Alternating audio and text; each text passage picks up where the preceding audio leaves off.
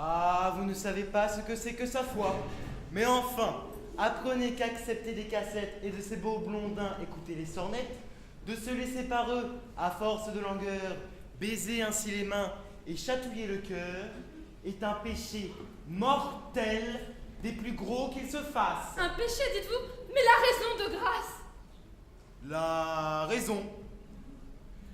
La raison est l'arrêt prononcé que par ses actions, le ciel est courroucé.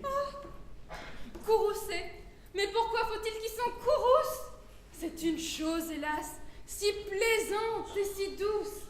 J'admire qu'elle joue en goût à tout cela, et je ne savais point encore ces choses-là. Oui, c'est un grand plaisir que toutes ces tendresses, ces propos si gentils et ces douces caresses. Mais il faut le goûter en toute honnêteté, et qu'en se mariant, le crime en soit ôté. N'est-ce plus un péché lorsqu'on se marie? Non. Mariez-moi donc promptement, je vous prie. Si vous le souhaitez, je le souhaite aussi. Et pour vous marier, on me revoit ici. Est-il possible Oui, que vous me ferez aise? oui, je ne doute point que l'hymen ne vous plaise. Vous nous voulez, nous deux, Rien de plus assuré. que si cela se fait, je vous caresserai. Et la chose sera de ma part réciproque. Parlez-vous de bon? Je ne reconnais point lorsqu'on se moque de moi. Oui, vous le pourrez voir. Nous serons mariés. Oui, Mais quand? dès ce soir. Dès ce soir? Dès ce soir. Cela vous fait donc rire, Oui. vous voir bien contente est ce que je désire.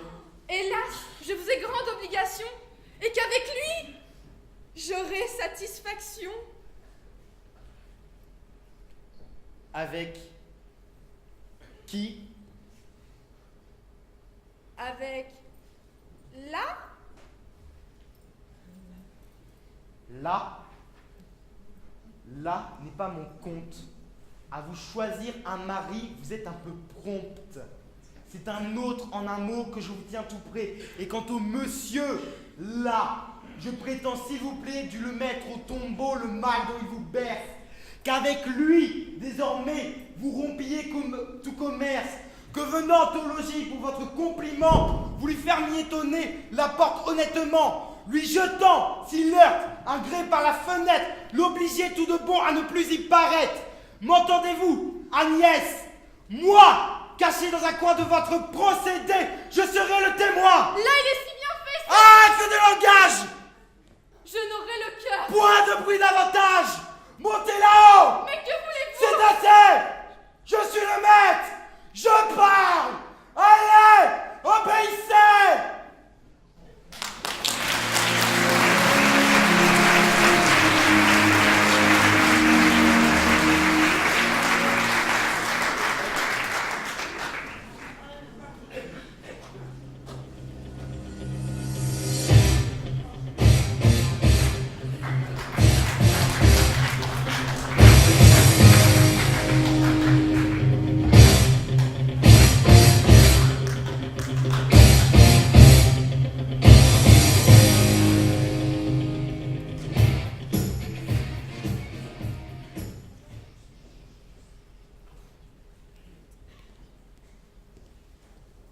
Procureur!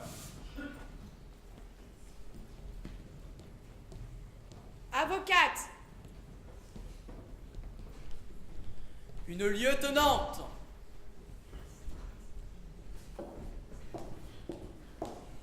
Présidente générale.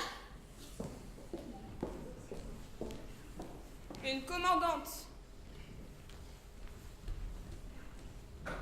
Maîtresse de conférence. Une maçonne. Une sergente chef. Chef de chantier. Tu joues les soldats, je suis ton salut. Tu perds le combat, la partie continue. Si je donne 9 mois de moins pour faire un souffle dans cette corridor, tu vois la vertu, la mort est pour toi. La justice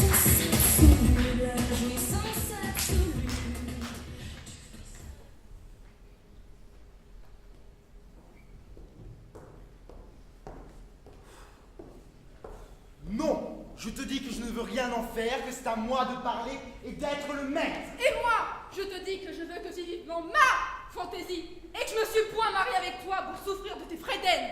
Oh, la grande fatigue que d'avoir une femme. Et qu'Aristote a bien raison quand il dit qu'une femme est pire qu'un démon. Voyez-vous un peu l'habile homme avec son béné d'Aristote? Habile homme, oui. Trouve-moi un faiseur de fagots qui sache, comme moi, raisonner des choses, qui ait servi 6 ans un fameux médecin et qui ait su, dans son plus jeune âge, son rudiment par cœur. Peste du foufier fait. Peste de la caronne. Que maudit soit l'heure et le jour où je m'apprêtais à dire oui. Que maudit soit le bec cornu de notaire qui fait signer Margouine. C'est bien toi, vraiment, de te plaindre de cette affaire. Ne te devrais-tu pas rendre grâce aux cieux un seul instant pour m'avoir pour femme et d'avoir épousé une personne telle que moi? Il est vrai que tu me fis trop d'honneur et que j'eus lieu de me louer la première nuit de nos noces. Morbleu, ne me fais point parler là-dessus. Je dirais que certaines choses... Et que dirais-tu? Basta, laissons là ce chapitre. Il suffit que nous savons ce que nous savons et que tu fus bien heureuse de me trouver. Qu'appelles-tu par bien heureuse de te trouver? Un homme qui me réduit à l'hôpital, un traître, un débauché qui me mange tout ce que j'ai, Ha! Tu as menti. J'en bois une partie. qui me vend pièce à pièce tout ce que j'ai dans le logis, C'est vivre de ménage. qui m'a ôté jusqu'au lit que j'avais Tu t'enlèveras plus le matin.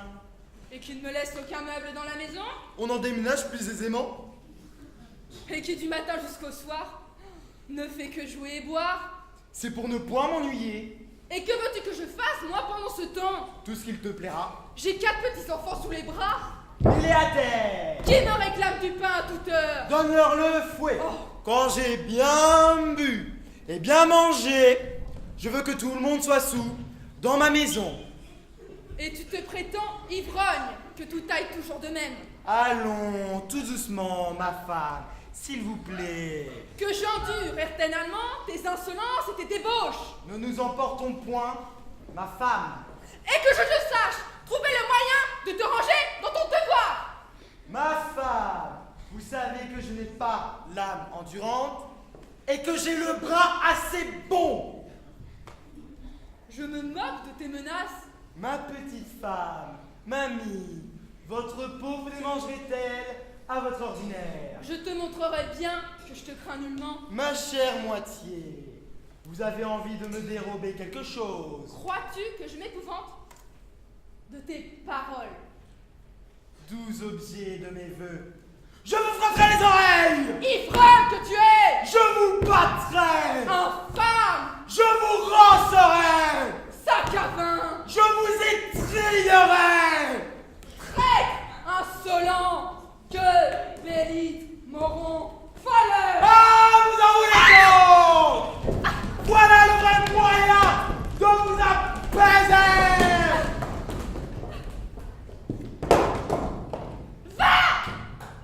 Quel risque que je fasse de nourrir mon ressentiment! Et je brûle en moi-même de me venger de ces coups de bâton!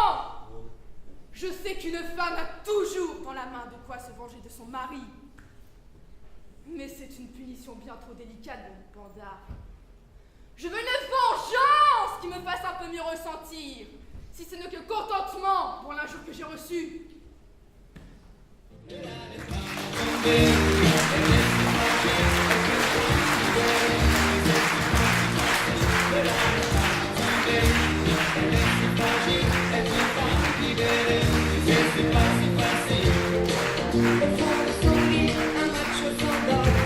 Qui ne lèvera pas plus loin que le vent.